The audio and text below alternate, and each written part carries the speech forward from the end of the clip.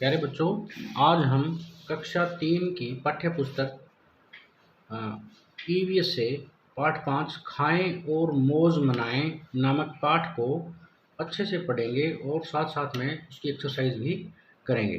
तो आशा है आप इसको ध्यान से सुनेंगे, देखेंगे और उसके बाद कोई प्रॉब्लम आती है तो फिर डिस्कस करेंगे।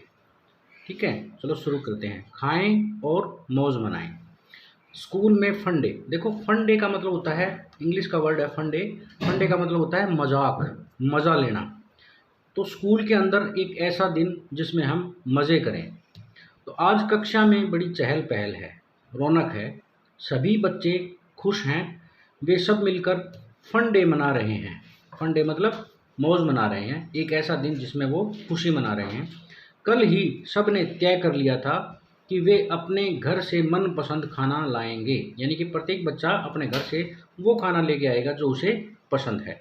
वे अध्यापिका के साथ मिलकर खाना खाएंगे, यानी कि लंच के अंदर दोपहर में जब भोजन करेंगे तो सारे इकट्ठा भोजन करेंगे। देखो, खाना खाने के लिए सब इकट्ठे बैठ गए हैं। पिक्चर देखो ध्यान से। इस पिक्चर में सारे बच्चे गोल दायरे में बैठे हैं, बीच में उनका खाना है और अध्यापिका के आसपास बैठे हैं। कौन बच्चा क्या लेके आया है वो यहाँ मेंशन है। मैं पुलाव लाया हूँ, मैं तो पूरी और आलू की सब्जी लाई हूँ, मेरी माँ ने तो दाल चावल बनाकर दिए हैं, मैं मिस्सी रोटी और खीरे का रायता लाई हूँ, मैं पूरी और साग लाया हूँ, मेरी माँ आज बीमार थी इसलिए मैं कुछ नहीं लाया, मैं चूरमा लाया हूँ, मैं पाव भाजी लाई हूँ, मैं राबड़ी लाई हूँ। अब अध्यापिका कहती है कोई बात नहीं। अब वो एक बच्चा बोल रहा ना, मेरी माँ आज बीमार थी इसलिए मैं कुछ नहीं लाया। तो अध्यापिका उसको जवाब देती है कि कोई बात नहीं मनोज, हम सब के पास बहुत खाना है, हम सब मिलकर खाएंगे। यानी कि अध्यापिका यहाँ उसको शेयरिंग शब्द के बारे में बता रही कि आपस में शेयरिंग करके खाना चाहिए। साथ साथ में अब जो खाने की चीज़ें लाए हैं उन चीज़ों को देखेंगे तो सब में देखो, मैं पुलाव लाया हूँ। पुलाव किससे बनता है? चावल से और सब्जी से। मैं तो पूरी और आलू की सब्जी लाई हूँ, इसमें आलू की सब्जी और पूरी, पूरी आटे से बनती है। मेरी माँ ने तो दाल चावल बना कर दी हैं, अब दाल और चावल। मैं मिस्सी रोटी बनती है चने के आटे से और खीरे का रायता, दूध से दही बनी, दही से रायता बना। मैं पूरी और साग लाया हूँ, साग मतलब सरसों का साग। पूरी आप आटे से बनती है। मैं चूरमा लाया हूँ, गेहूँ से बनता है। मैं पाव भाजी लाई हूँ, ये बनी बनाई चीज़ होती है। पाव भाजी बाज़ार से हमें मिलती है। और सब्जी, भाजी का मतलब होता है सब्जी।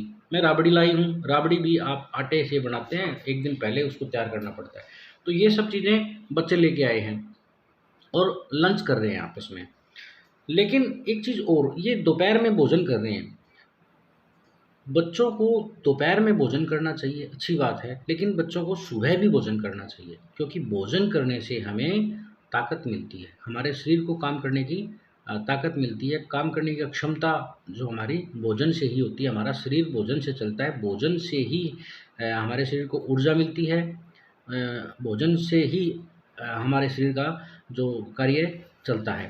तो भोजन के अंदर ऐसा क्या होता है, भोजन के अंदर सारी चीज़ें होती है। भोजन के जो अवयव हैं, घटक हैं, वो 6 हैं। कार्बोहाइड्रेट्स, विटामिन्स, खनिज लवण, पानी और वसा, प्रोटीन, ये सब चीज़ें मिलकर के एक हमारा भोजन बनता है। और भोजन के अंदर वो सारी चीज़ें होनी चाहिए। जैसे ये चीज़ें बच्चे लेके आए हैं उसके अंदर लगभग वो सारी चीज़ें मिलती हैं। अब आगे इसमें क्या क्या है कि खाना खाते समय खाना खाते समय अध्यापिका ने बच्चों से पूछा, बच्चों हम खाना क्यों खाते हैं? अब वो पूछ रही है बच्चों से कि क्यों खाते हैं खाना हम। अब वो बच्ची जवाब दे रही है कि नेहा, नेहा नाम की लड़की है, भोजन नहीं करेंगे तो भूख के मारे हमारे पेट में चूहे कूदेंगे, यानी कि भूख लगेगी। अध्यापिका, क्या सचमुच हमारे पेट में चूहे होते हैं जो भूख लगने पर कूदते हैं? सारे बच्चे हंसने लगते हैं। और हंसने वाली बात भी है, क्योंकि पेट के अंदर कोई चूहा नहीं होता। भूख लगती है क्योंकि हम खेलते हैं, हमारी ऊर्जा नष्ट होती है, हम पढ़ते हैं, हमारी ऊर्जा नष्ट होती है। हम अगर बैठे भी रहेंगे तो भी हमारा शरीर उस भोजन को जो हमने ग्रहण किया है उसको कंज्यूम कर रहा होता है, खर्च कर रहा होता है। नेहा, अरे नहीं, मेरा मतलब है भोजन से हमारी भूख मिटती है। बिल्कुल सही है, भोजन से हमारी भूख मिटती है। अध्यापिका, बिल्कुल ठीक, भोजन से न केवल हम अपनी भूख मिटाते हैं, बल्कि यह हमें काम करने, देखो भोजन से काम करने और खेलने की ताकत भी देता है। भोजन में क्या चीज़ें देता है? काम करना और खेलना, दोनों के लिए ताकत, ऊर्जा देता है भोजन। इससे हमारा शरीर स्वस्थ व मजबूत बनता है।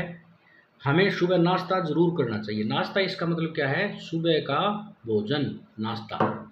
सुबह का भोजन हमें ज़रूर करना चाहिए, खाली पेट नहीं रहना चाहिए। इससे शरीर में दोपहर के भोजन के समय तक ताकत रहती है, यानी कि सुबह जो भोजन करते हैं उससे जो ताकत मिलती है वो दोपहर तक ख़त्म हो जाती है, कंज्यूम कर लेते हैं, खर्च कर लेते हैं। उसके बाद दोपहर में भोजन करते हैं, वो ताकत हमें शाम तक मिलती है। फिर शाम को फिर भोजन करते हैं, वो फिर रात भर चलती है। तो ये प्रक्रिया है, कम से कम 3 समय भोजन हमें ज़रूर करना चाहिए। हम ठीक से पढ़ पाते हैं और खेल पाते हैं। अब भोजन जो है, भोजन के लिए हमें सारी चीज़ें इसलिए चाहिए थोड़ा-थोड़ा, क्योंकि कुछ चीज़ों में वसा होता है, कुछ चीज़ों में प्रोटीन होता है, कुछ चीज़ों में विटामिन्स होते हैं, कुछ चीज़ों में कार्बोहाइड्रेट्स होता है, कुछ में खनिज लवण होते हैं और पानी होता है। यानी कि भोजन के जो 6 घटक हैं वो सारे के सारे हमें थोड़ा-थोड़ा मात्रा में चाहिए। और अगर एक चीज़ को हम मिस कर देंगे, मान लीजिए हम वसा को मिस कर देंगे, तो हमारे शरीर के अंदर वसा की कमी हो जाएगी और हम बीमार पड़ेंगे। कार्बोहाइड्रेट्स नहीं लेंगे तो भी हमारा शरीर बीमार पड़ जाएगा।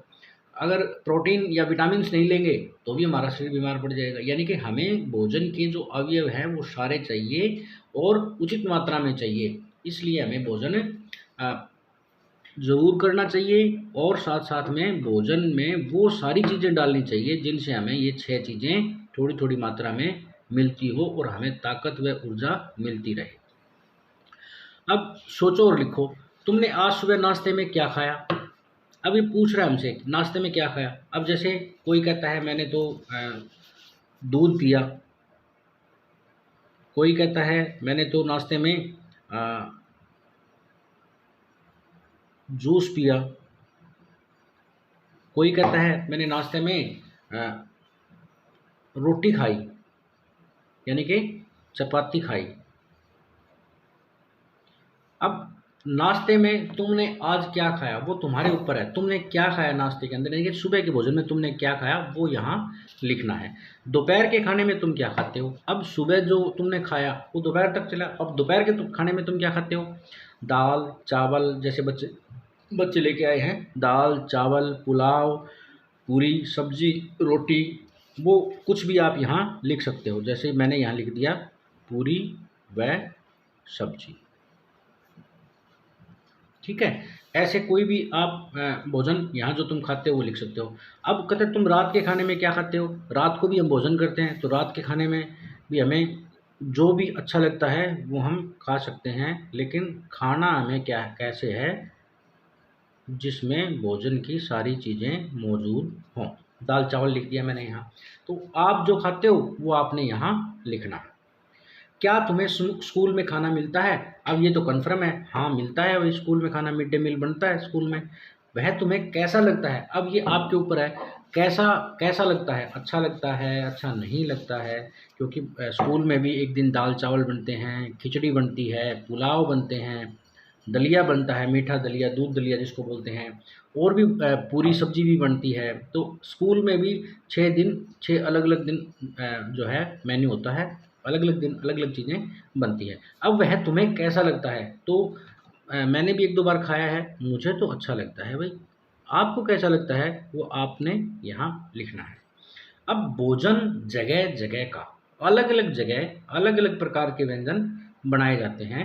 ये क्षेत्र के हिसाब से, जगह के हिसाब से होते हैं। ये क्यों होते हैं ऐसे? क्योंकि जिस जगह हम रहते हैं, वहाँ का भौगोलिक वातावरण, उस जगह की जलवायु, उस जगह का वातावरण, उस जगह की धरती कैसी है, वहाँ पे किस चीज़ को हम पैदा कर सकते हैं। किसान लोग जो भोजन पैदा करते हैं, वो कैसे क्या-क्या चीज़ें उगा सकते हैं। वही चीज़ें खाने में हमें आसानी रहती है, क्योंकि वो आसानी से मिल जाता है और थोड़ा सस्ता भी होता है। तो अलग-अलग जगह पे अलग-अलग प्रकार के भोजन का उत्पादन होता है। जैसे अलग-अलग स्थानों पर अलग-अलग तरह का भोजन खाया जाता है। खाया भी इसीलिए जाता है क्योंकि वहाँ पे मिलता है। जैसे बंगाल, पश्चिमी बंगाल राज्य की ज़िक्र कर रही है। बंगाल के लोग चावल और मछली पसंद करते हैं। मछली इसलिए क्योंकि समुद्र के किनारे हैं, मछली मिलती है। चावल वहाँ अच्छा होता है, इसलिए वहाँ के लोग मछली और चावल ज़्यादा पसंद करते हैं, खाते हैं। अब दक्षिणी भारत में, साउथ इंडिया में डोसा, इडली, सांभर शौक के साथ खाया जाता है। वहाँ के लोग क्या खाते हैं, ये चीज़ें, ये जो तली हुई चीज़ें जिसको बोलते हैं डोसा, इडली, सांभर, ये सांभर एक सब्जी है। इडली भी हम उसको बोलते हैं फ्राई, उसको स्टीम में तैयार करते हैं, भाप से तैयार होती है इडली।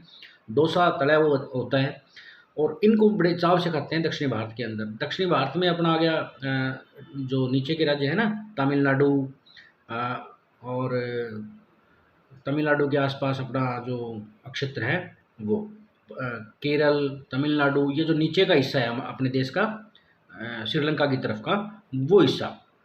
गुजरात में ढोकला, फाफड़ा और थेपले खाते हैं। गुजरात में कौन सा खाना खाया जाता है, ढोकला, फाफड़ा और थेपले, ये भोजन के नाम हैं।